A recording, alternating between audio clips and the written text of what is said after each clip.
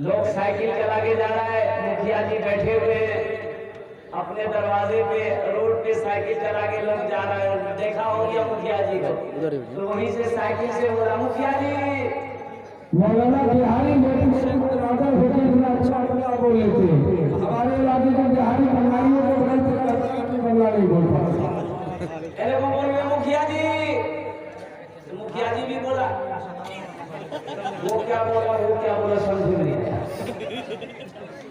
एक सलाम ये भी है, हम आपको क्या बताऊं भाई, ये मुशाहिदा है, आप भी देखते हैं, मैं भी देखता हूँ, लोग सलाम करते हैं भाया, वो भी बोला।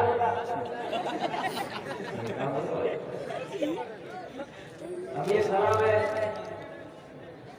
Good morning, good afternoon, good evening, good night.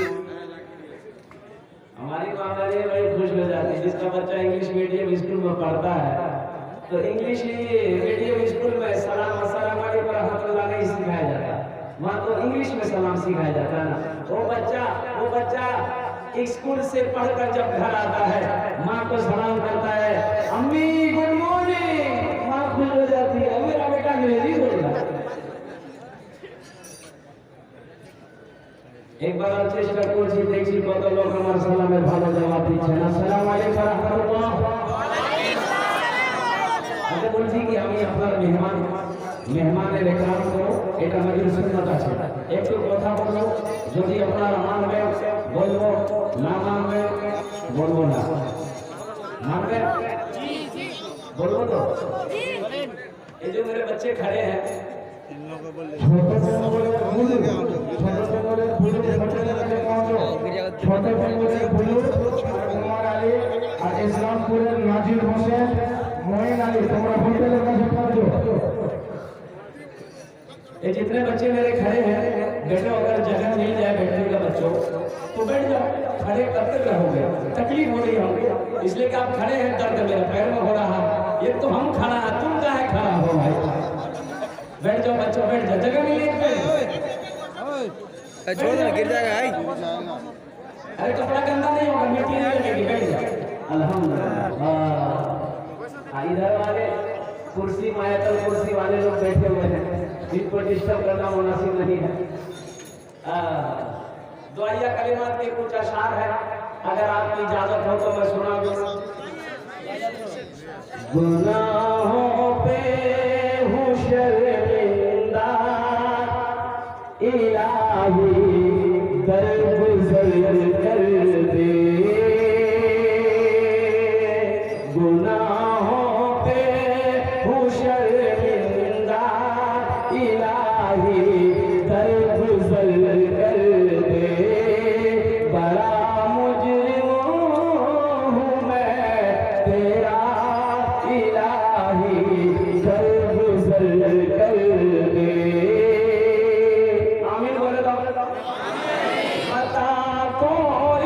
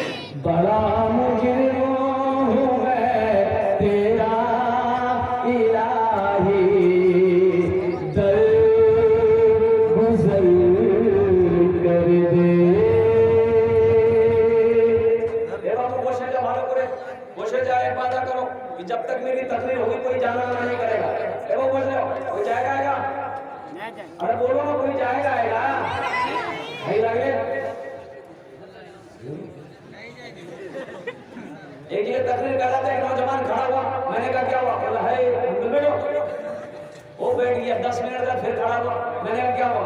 बोले मुझे तो बहुत जोर से लगा है। बैठो, नौजवान है, बर्दाश्त करो। वो बैठ गया, अल्लाह का बंदा। कुछ देर के बाद मेरी तकलीफ खत्म हुई तो बैठा हुआ तो मेरी नजर पड़ गई, तो मैंने कहा बेटा जाओ। बोला नहीं जाएंगे। हमने कहा कहाँ जाएगा? बोले क्या करने जाएंगे? जो करने जा रहे थे यही होगी, अब जाने की जरूरत नहीं। बड़ा अच्छा जलसा सुन रहे हैं। अल्लाह आपके आने को, अल्लाह आपके बैठने को, अल्लाह आपके सुनने को अपनी बारगाह में कबूल फरमा ले। आमीन बोला। माइक बड़ा अच्छा है और मैं कहूँगा कि माइक वाले से ऑपरेटर साहब से अपना नंबर दे दीजिएगा, आपको कलकत्ता जरूर बुलाएंगे। थोड़ा अगर हो सके तो साउंड थोड़ा बढ़ा दो। इस माइक पे तकलीफ करना बस यूँ समझ लीजिए कि मुर्गा से अंडा दिलवाने पर मुर्गा अंडा दिया कभी देखे हो? नहीं देखे हो? एक बादशाह को मुर्गियों से बड़ा प्यार था, बड़ा प्यार था। एक आदमी को मुकर्रर कर रखा था कि मुर्गियों को चारा खिलाओ, दाना खिलाओ, रोटी खिलाओ, भात खाए और रसगुल्ला खाए तो रसगुल्लो खिलाओ। अब बादशाह है। एक रोज मिजाज बदला, वजीर को बोला बेटा बोलो एक दिन में एक मुर्गी कितना अंडा देती है? तो वजीर बोला कि हुजूर एक अंडा। बोला नहीं, हमको 2 चाहिए। बोला 2 कैसे दे? अरे मुर्गी एक ही अंडा दी ना। बोला नहीं, हमको 2 चाहिए। जो मुर्गी 2 अंडा दे दे उसको जान छोड़ दो, और जो 1 अंडा दे उसको ज़िबा करके मेरे सामने दो।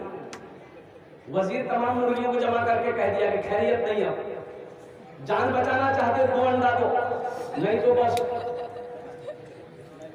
कोई मुर्गी सुबह 1 अंडा दी, एक शाम को अंडा दी, 2 अंडा दी। एक मुर्गी को देखा ये भी अंडा लेके बैठी हुई है। ये वजीर उसकी नट्टी को पकड़ा, बोला तुम्हें डर नहीं हुआ बादशाह का? 1 अंडा दिया। तो मुर्गी बोली कि बादशाह के डर से बहुत मुश्किल से हम 1 अंडा दिए, दरअसल बात हम मुर्गी नहीं है, मुर्गा है। मेरे नौजवानों, मेरे बच्चों, अल्लाह आपके आने को, अल्लाह आपके बैठने को, अल्लाह आपके सुनने को अपनी बारगाह में कबूल फरमा ले। आमीन बोला। जेटे दुआ होवे कबूल होवे, जेटे दुआ होवे मकबूल होवे। आमीन बोलছি না, আমি বলছি না, আল্লাহ কুরআন বলছে ওয়াকালা রব্বুকুম উদউনি আস্তাজিব লাকুম। मेरा अल्लाह कहता है मेरा बंदा तुम मुझे पुकारो मैं तेरी दुआ को कबूल करूंगा। तुम मुझे पुकारो मैं तेरी दुआ को कबूल करूंगा। और मेरे अल्लाह के सिवा दुआ कबूल करने वाला कोई नहीं है, मेरे अल्लाह के सिवा देने वाला कोई नहीं है, मेरे अल्लाह के सिवा खिलाने वाला कोई नहीं है, वही मेरा रब है। एक इमाम साहब तकरीर कर रहे थे कि अल्लाह सबको खिलाता है, जो नहीं खाता है, खाना चाहता, अल्लाह उसको भी खिलाता है। जो नहीं खाना चाहता अल्लाह उसको भी खिलाता है। एक नौजवान बोला कि कैसे खिला देगा? हम नहीं खाएंगे, अल्लाह कैसे खिला देगा? बोला खिलेबे करेगा। बोला हम नहीं खाएंगे। बोला कैसे नहीं खाओगे? घर चले आया, स्ट्राइक कर दिया, बोला हम खाना नहीं खाएगा। अब माँ तो माँ होती है ना, माँ बोली बेटा खाए ले, अरे चट्टी खाना खाए ले बेटा, अरे सूखा हो जाएगा, कमजोर हो जाएगा। माँ से बोला कि नहीं हमने हड़ताल किया है, देखते हैं इमाम साहब की बात सच्ची है या मेरी जिद पूरी होती। 2 टाइम खाना नहीं खाया घर में, तो माँ परेशान हो गई। ये नौजवान सोचा घर में रहेंगे ना माँ परेशान करेगी, जंगल चला गया, पास में जंगल था, जंगल चला गया, जंगल में रहेंगे कोई परेशान नहीं करेगा। देखें अल्लाह हमको कैसे खिलाए। माँ थाल में खाना सजा कर लेकर जंगल चले गए। मेरे लाल मेरे कलेजे का टुकड़ा खाना खा ले बेटा, कमजोर हो जाएगा। बेटा बोला कि नहीं खाएगा, रख दे उधर। माँ खाना रख के चली आई कि भूख लगेगी ना खा लेगा। ये नौजवान सोचा खाने के पास रहेंगे ना तो चाहत बढ़ेगी, इसलिए खाना यहाँ रखा और कुछ दूर जाकर सो गया। कुछ डाकू लोग वो डकैती करने के लिए कहीं जा रहा था, मशवरा करना था, तो वो जंगल में चला गया। तो देखा इतना खुशबूदार खाना, बेहतरीन खाना, ये डाकू खाना चाहा तो डाकू का सरदार मना किया, हरगिज नहीं, खाने में हाथ मत लगाना, हो ना हो इस खाने में जहर हो, हम लोगों को मारने की किसी ने साजिश रची हो, पता करो, देखो कोई होगा, जंगल में जरूर होगा, कोई होगा, देखो। गया एक सिपाही, देखा सोया हुआ, पकड़ा काला, घसीट के लिए आया। तो डाकू का सरदार बोला कि ये खाना किसने रखा? बोला हम रखे। बोला कि खाने में जहर है? बोला नहीं जहर नहीं। बोला खा खाना। बोला हम नहीं खाएंगे। बोला कैसे नहीं खाएगा? तब इसका मतलब है कि जहर खाने में 50 जूता मारो। और वो जूता जब पड़ना शुरू हो गया इसको, तो 25 जूता को बोला कि नहीं हम खाएंगे। खाना खा लिया, दौड़ा हुआ मस्जिद के इमाम साहब के पास गया, बोला इमाम साहब आप ये तो बोले कि अल्लाह सबको खिलाता है, लेकिन ये नहीं बोले जो नहीं खाता अल्लाह उसको जूता मार मार के खिलाता है। बोला बात समझ में आ गई। ए नौजवानों, अल्लाह से जुड़ो, अल्लाह से लगाओ। वो मेरा अल्लाह खिलाने वाला है, वो मेरा अल्लाह रोजी देने वाला है, उसी अल्लाह ने पैदा किया है, वही अल्लाह एक दिन मौत देगा, फिर मेरा अल्लाह हश्र के मैदान में पूछेगा मेरा बंदा दुनिया से आया है, मेरे लिए क्या लाया? मेरे लिए क्या लाया है? अभी आपने 5 बच्चों के सर पे पगड़ी बांध दी, देखी आपने, इसको कहते हैं जश्न दस्तारे फजीलत, दस्तार बांधी गई। अच्छा मेरे बच्चे पढ़े लिखे नौजवान यहाँ पर बैठे हैं, मेरे बहुत सारे ये सब स्टूडेंट नौजवान हैं। अच्छा ये बात बताओ मेरे बच्चों, कभी तुमने देखा है किसी का बेटा इंजीनियर बना हो, किसी का बेटा डॉक्टर बना हो, किसी का बेटा मास्टर बना हो, किसी का बेटा प्रोफेसर बना हो, किसी का बेटा इंजीनियर बना हो, ये जलसा सजाया गया हो और डॉक्टर साहब के सर पे पगड़ी बांधी गई हो? नहीं, देखे बेटा कभी? कभी देखे आप लोग? वकील साहब को, वकील साहब नहीं, वकील साहब के सर पे नहीं, मास्टर साहब के सर पे नहीं, इंजीनियर साहब के सर पे नहीं। आखिर क्या वजह है भाई? पढ़ा तो वो भी है, पढ़ा तो वो भी है, पढ़ा ये भी है, वो कॉलेज में यूनिवर्सिटी में पढ़ा है, ये मदरसे में पढ़ा है, और कुर्बान उसके पढ़ाई में लाखों रुपए खर्च हुए हैं, इनकी पढ़ाई में उतनी खर्च नहीं हुई। आखिर क्या वजह है कि ये हाफिज़े कुरान बन गया, ये हजारों लोगों को जमा किया गया, इनके सर पे पगड़ी बांधी गई, हाथ में लट्ठी दिया गया, तो बात ये समझ में आई कि कुछ तो वजह है। अरे कोई तो वजह है, कोई वजह है। तो वजह ये है, ये कुरान कहता है, ये कुरान कहता है, कुरान ये कहता है कि जो मुझसे जुड़ जाता है, जो मुझसे जुड़ जाता है, जो मुझसे मोहब्बत करने लगता है, जो मुझे सीने से लगा लेता है, जो मुझे अपने सीने में बसा लेता है, हम उसको जमीन की पस्ती से उठाकर आसमान की बुलंदी पे पहुंचा देता है। कुरान का जिंदा मुअज्जिज़ा है मेरे बच्चों, इसलिए कुरान पढ़ो। अल्लाह के रसूल इरशाद फरमाते हैं, खैरुकुम मन तअल्लमल कुरान व अल्लमहु, तुम में सबसे बेहतर वो है जो कुरान सीखे, दूसरों को सिखाए। इंशाअल्लाह कुरान पढ़ोगे, सीखोगे? कितने लोग तैयार हाथ उठाए? इंशाअल्लाह पक्का वादा करना है। अच्छा कुछ लोग नहीं सीखेंगे। कुरान तुम में सबसे बेहतर वो है जो कुरान सीखे, दूसरों को सिखाए। आज हमारे घर में बरकत नहीं है, क्यों नहीं बरकत है भाई? क्या वजह है? हमने कुरान को पढ़ना छोड़ दिया है, हमने कुरान को तिलावत करना छोड़ दिया है। हम जलसों में हाथ उठा लेते हैं, हम जलसों में हाथ उठा लेते हैं, वादा तो कर लेते हैं, लेकिन अमल कुछ नहीं। बोलो बात सही कि गलत? बात तो सही है, अमल कुछ नहीं है, अमल नहीं है, अमल नहीं। अगर अमल करते तो आज हमारी जिंदगी बदली हुई मालूम होती। अगर आज हम अमल करते तो आज हम कामयाब होते। क्या वजह? अच्छा इधर जहेज चलता है,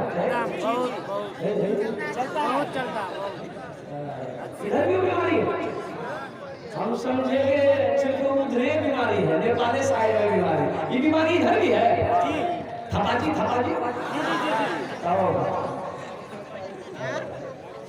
अल्लाह हमारे बच्चे बताओ, मेरे बच्चों को बताओ, शराब पीना क्या है? हराम है, हराम है। जुआ खेलना हराम है, ज़िना करना हराम है, कुत्ता का गोश्त खाना हराम है, और जहेज लेना हराम है, हराम है, नहीं हराम है, वो भी हराम है।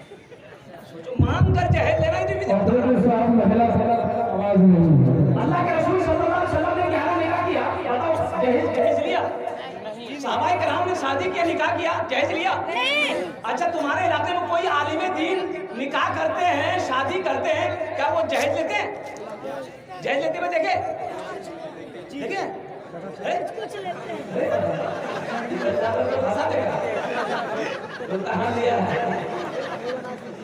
नहीं। अगर वो आलिम साहब नहीं मांगे होंगे, कोई अगर अपनी खुशी से दे दिया होगा वो अलग बात है, लेकिन आलिम साहब नहीं मांगे होंगे, वो आलिम नहीं मांगे होंगे, मौलवी साहब नहीं मांगे होंगे। इसलिए नौजवानों सुनो, लड़की वाला अगर अपनी मर्जी से भी जहेज अपनी मर्जी से भी दे फिर भी मत लो। बोलो नहीं आपकी जहेज मुझे नहीं चाहिए, आप सिर्फ अपनी बेटी दे दो। एक बात याद रखना, अगर किस्मत में दौलत है, अगर तकदीर में अल्लाह ने दौलत लिख दिया है मेरे बच्चों, एक बात याद रखो, तुम किसी से भीख मत मांगो, तुम किसी से जहेज मांग कर ना लो। अगर तकदीर में अल्लाह ने दौलत लिख दिया है, उस लड़की के साथ नबी के सुन्नत के मुताबिक निकाह कर लो। अल्लाह निकाह की बरकत से अगर तुम मिट्टी को छुओगे, अल्लाह उसे सोना बना देगा।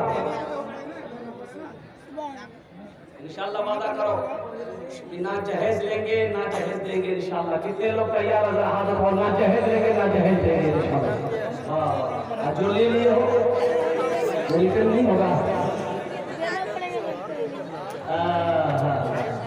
एक लड़की वाला को पता चला कि एक लड़का एमए पढ़कर आया है, संस्कृत पढ़कर आया है, बाहर से आया है, बड़ा अच्छा रहेगा, मेरी इकलौती बेटी है, उसका भी इकलौता बेटा है, अगर बियाह हो जाए शादी हो जाए तो बड़ा अच्छा रहेगा। अपनी बेटी की तस्वीर लिया, एक आदमी को साथ लिया, बोलो भाई चलता चल और खाने चलो। वो लड़के वाले के यहाँ गया, अपनी बेटी का फोटो दिखाया लड़के के बाप को, यार हमार माई देखो ना भालो आछे कि ना। तो लड़का वाला देखा, बोला कि ना अपना मैं तो ब्यूटीफुल, हाँ हमको पसंद है, मेरा बेटा को दिखा दी, मेरा बेटा को दिखा दी है। और बेटा ने देखा तो बोला कि अब्बा एक लड़की हमको चाहिए, ये लड़की खूबसूरत है, पसंद हो गया। तो लड़की वाला बड़ा खुश हुआ कि चलो मेरी बेटी का सिलेक्शन हो गया, तो चलो कुछ लेन देन की बात कर ले, क्या लेगा नहीं लेगा इन लोग।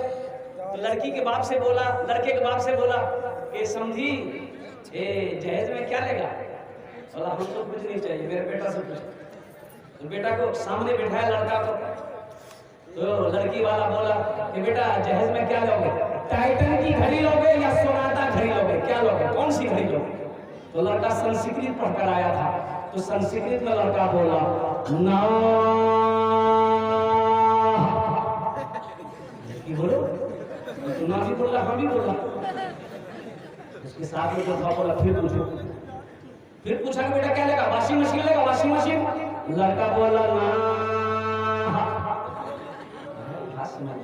ना बोला, फिर पूछो, बोला बेटा क्या लेगा, फ्रिज लेगा, फ्रिज। तो लड़का बोला ना। तो लड़की वाला को गुस्सा आया, बोला खुल के बोलो क्या बोलेगा, समझ में नहीं आ रही, खुल के बोलो। तो लड़का बोला यामा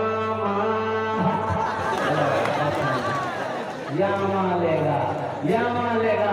इसलिए नौजवानों तौबा करो, जहेज मांग कर नहीं लेना है, किसी लड़की वाले को परेशान नहीं करना है, अगर कोई किसी को मुसीबत में नहीं डालना है। आज हमारी बहुत सारी बेटियां सिर्फ जहेज की वजह से जवानी ढल गई, घर के अंदर में शादी नहीं हुई, इसलिए कि बाप गरीब है, उसके पास देने के लिए जहेज के लिए पैसा नहीं है, अपाची थपाची के लिए पैसा नहीं है। तो बताओ उन बच्चियों की आहा लगेगी कि नहीं लगेगी। इसलिए नौजवानों, नबी के सुन्नत के मुताबिक निकाह करना, नबी के सुन्नत के मुताबिक निकाह करोगे, अल्लाह निकाह की बरकत से तेरे घर में खुशहाली पैदा फरमा देगा, जो औलाद पैदा होगी वो नेक और साले पैदा होगा। इंशाल्लाह नबी के सुन्नत पर निकाह करोगे, इंशाल्लाह भाई निकाह करोगे इंशाल्लाह। अच्छा एक लड़का ना 40 साल उम्र हो गई, उसकी शादी नहीं हो रही थी। उसकी वजह है कि वो जिस लड़की को देखता था ना उसको छांटता था। ये लड़की देखो, बोले नहीं इस लड़की से नहीं करोगे, तो इसका नाम बहुत ऊंचा, इससे करो, बोले नहीं इस लड़की का आंख टेढ़ा है, इससे करो, बोले नहीं इसका चलते हुए पैर लग जाता है। अच्छा इसको देखो, बोले नहीं काली है, इसको देखो, बोले नहीं इसका दांत निकला हुआ है। छांटते 40 साल उम्र हो गई। तब इसका जीजाजी बोला कि अब तुम्हारी शादी नहीं होगी। बोला काहे ना होगी, बोला आप बुढ़वा से शादी कौन करेगा, 40 साल के बाद बुढ़ापा शुरू हो जाता है, अब शादी नहीं होगी।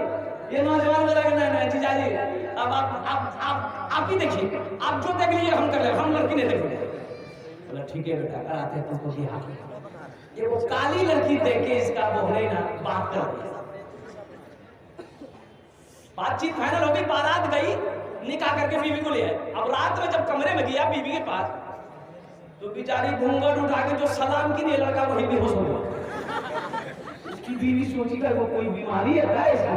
ये अपने आप बेहोश हो गया, पानी का छींटा मारी, वो ना वो लड़की पूछने लगी कि आप बेहोश काहे हो गए, हम कुछ पूछना चाह रहे थे, आप पहले बेहोश हो गए। तो वो लड़का बोला जल्दी पूछो तो फिर बेहोश हो जाएंगे। वो लड़की बोली कि देखिए हम यहाँ नए आए हैं, हम तो किसी को जानते नहीं है, आप ये बता दीजिए हम किससे पर्दा करें किससे पर्दा नहीं करेंगे। तो उसका शोहर बोला कि तुम किसी से पर्दा करो या ना करो, लेकिन हमसे जरूर पर्दा करना है। सिर्फ सूरत को ना देखो, सीरत को भी तो देखो। सीरत को भी देखो। अल्लाह के रसूल सल्लल्लाहु अलैहि वसल्लम इरशाद फरमाते हैं कि लोग निकाह करते हैं 4 बातों की बुनियाद पर। कोई हसब नसब देखता है, खानदान देखता है, कैसा ऊंचा खानदान है कि नहीं है। कोई माल और दौलत को देखता है, टाका वाला है कि नहीं है, कोठी वाला है कि नहीं है, बिल्डिंग वाला है कि नहीं है। और कोई क्या देखता है, हुस्न और जमाल को देखता है, खूबसूरती है कि नहीं है। अल्लाह के रसूल सल्लल्लाहु अलैहि वसल्लम इरशाद फरमाते हैं कि तुम दीनदारी को देखो, दीनदारी को तरजीह देना। जिस लड़की के अंदर में सौम सलात का पाबंद देखना, उसे अपनी बीवी बना लेना। जिस लड़के के अंदर में दीनदारी देखना, उसे अपना दामाद बना। फिरोज बाजा वाला ऑफिस चले आइए, हाथ में का इंतजार। यहाँ तो आलम यह है, यहाँ तो आलम यह है। हम लोग लड़का देखने जाते हैं, सिलेक्शन करते हैं, बोले नहीं लड़का बहुत हीरो, लड़का हीरो है, हाँ हीरो, खड़ा होकर पेशाब करता है, लड़का हीरो। जो खड़ा होकर पेशाब करता वो हीरो हो गया, तो जितना गधा लोग खड़ा होकर पेशाब करता तो गधा लोग भी हीरो हो गया। सोमो सलाह देखो, अभी तो ये पैंट निकली है, हमारा बच्चा लोग पहना है, ये देखिए पैंट सामने है, इस पैंट का नाम है जींस पैंट। तौबा करो, अल्लाह माफ करे इस पैंट से। ये पैंट पहन के सही से बैठ नहीं पाता बच्चा मेरा, ये नौजवान लोग नहीं बैठ, अगर पेशाब लग जाए मुसीबत है उसके। पहली बात तो सही से बैठ नहीं पाता, पेशाब करने के चुकू मार के बैठता है, ऐसे कुकुरू को बैठता है। आधा पेशाब जमीन में गिरता है और आधा पेशाब रुक जाता है। जब ये खड़ा होता है चेन लगाता है, आधा पेशाब कंटेन हो जाता है। बोलो बात सही नहीं गलत है? बताओ तुम पाक कैसे रहो? हम तो वही कहते हैं, ये फिल्मिस्तान का ये लोग नकल कर रहा है, ये नक्काली हमारा बच्चा फिल्म के हीरो नचनिया लोगों को देखकर कर रहा है। एक जमाना था पहले हीरो लोग ढीला ढाला पैंट पहनता था, है ना, वो इतना बड़का मोरी था कि उसमें एक आदमी घुस जाता। वो ढीला पहना, ये भी ढीला पहना। अच्छा वो टाइट किया, ये भी टाइट किया। अभी तो फटा पैंट है, फटा पैंट है कि नहीं? एक नौजवान को देखें, यहाँ फटा, यहाँ फटा, यहाँ फटा, पीछो फटा। कुर्बान जाओ नौजवानों, हम तो कहते हैं नक्काली कर रहा है हीरो लोगों का। तो वो ढीला पहना, ये भी ढीला किया, वो टाइट किया, ये भी टाइट किया, वो फाड़ा, ये भी फाड़ा। अब डर है कि कहीं वो ना खोल दे, ये भी खोल देगा। अगर नक्काली करनी है, हजरत अबू बकर सिद्दीक की करो, हजरत उमर बिन खत्ताब की करो, हजरत उस्मान गनी की करो, हजरत अली की करो, कुर्बान जाओ।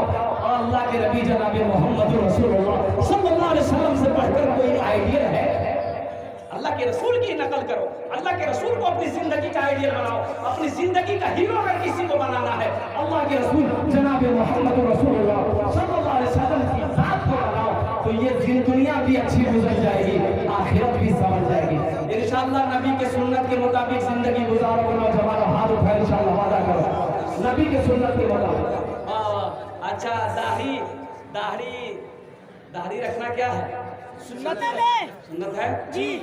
अच्छा ये एक चीजें बताओ नौजवानों, दाढ़ी किसको निकलती है? औरत को निकलती है या मर्द को निकलती है? मर्द को। और जो छिला दे बोलो। लेकिन ये दाढ़ी भी बड़ी जिद्दी है, ये दाढ़ी भी बड़ी जिद्दी है। जब भी निकलती है मर्द के चेहरे पे ही निकलती है, औरत के चेहरे पे कभी दाढ़ी देखा? लेकिन ये बुधवा को देखिए, जैसे दाढ़ी निकलेगा नाई की दुकान में चला जाएगा, नाई को बोलेगा न छीलो, दाढ़ी कहती है नहीं हमको मत छीलो, तुम मर्द हो। बोलता नहीं हम मर्द नहीं, हम नौजवानों नबी की सुन्नत से अपने चेहरे पर सजाओ मेरे बच्चों। अरे मोमिन की शान वो होनी चाहिए, मोमिन की शान वो होनी चाहिए, जिस गली से मोमिन गुजर जाए, मुसलमान गुजर जाए, उसकी खुशबू बता दे कि इधर से कोई मुसलमान गुजर। मोमिन की ये शान होना चाहिए। इसलिए मेरे बच्चों अपनी जिंदगी के अंदर में दीन लाओ, अपनी जिंदगी के अंदर में। अच्छा इंशाल्लाह ये तो पैगाम मेरा हो गया है। बस नमाज के लिए एक पैगाम है। नमाज किसी की हालत में माफ नहीं है। नमाज जब तक होशो हवास में हो, वक्त नमाज का हो गया है, उस वक्त भी तेरे ऊपर नमाज फर्ज है। नमाज किसी भी हालत में माफ नहीं है। हाँ, नमाज माफ है। कब माफ है? दो किस्म के लोगों पर नमाज माफ है। दो किस्म के लोगों पर नमाज माफ है। किसके ऊपर? पागल के ऊपर नमाज माफ है। पागल के ऊपर में माफ है। वो जब तक उसका मेंटल डिस्टर्ब है, जब दिमागे नहीं है तो नमाज कैसे पढ़ेगा? अब किधर रुक कर पढ़ेगा? उसको मेंटल है ही नहीं। तो जब तक वो अच्छा ना हो जाए नमाज माफ है। और दूसरा वो आदमी जो मर गया, वह मरने मुर्दा पर नमाज है? अरे बोलो, मुर्दा पर नमाज है? मुर्दा पर नमाज माफ है, मरने के बाद नमाज नहीं है। नमाज माफ है। आप जो नमाज नहीं पढ़ते हो समझ लो ये कौन कैटेगरी में हो? दोनों में से कौन कैटेगरी में? पागल हो? इसलिए मेरे बच्चों, मेरे नौजवानों, इंशाअल्लाह वादा करो कि हम सब इंशाअल्लाह 5 वक्त जो बच्चा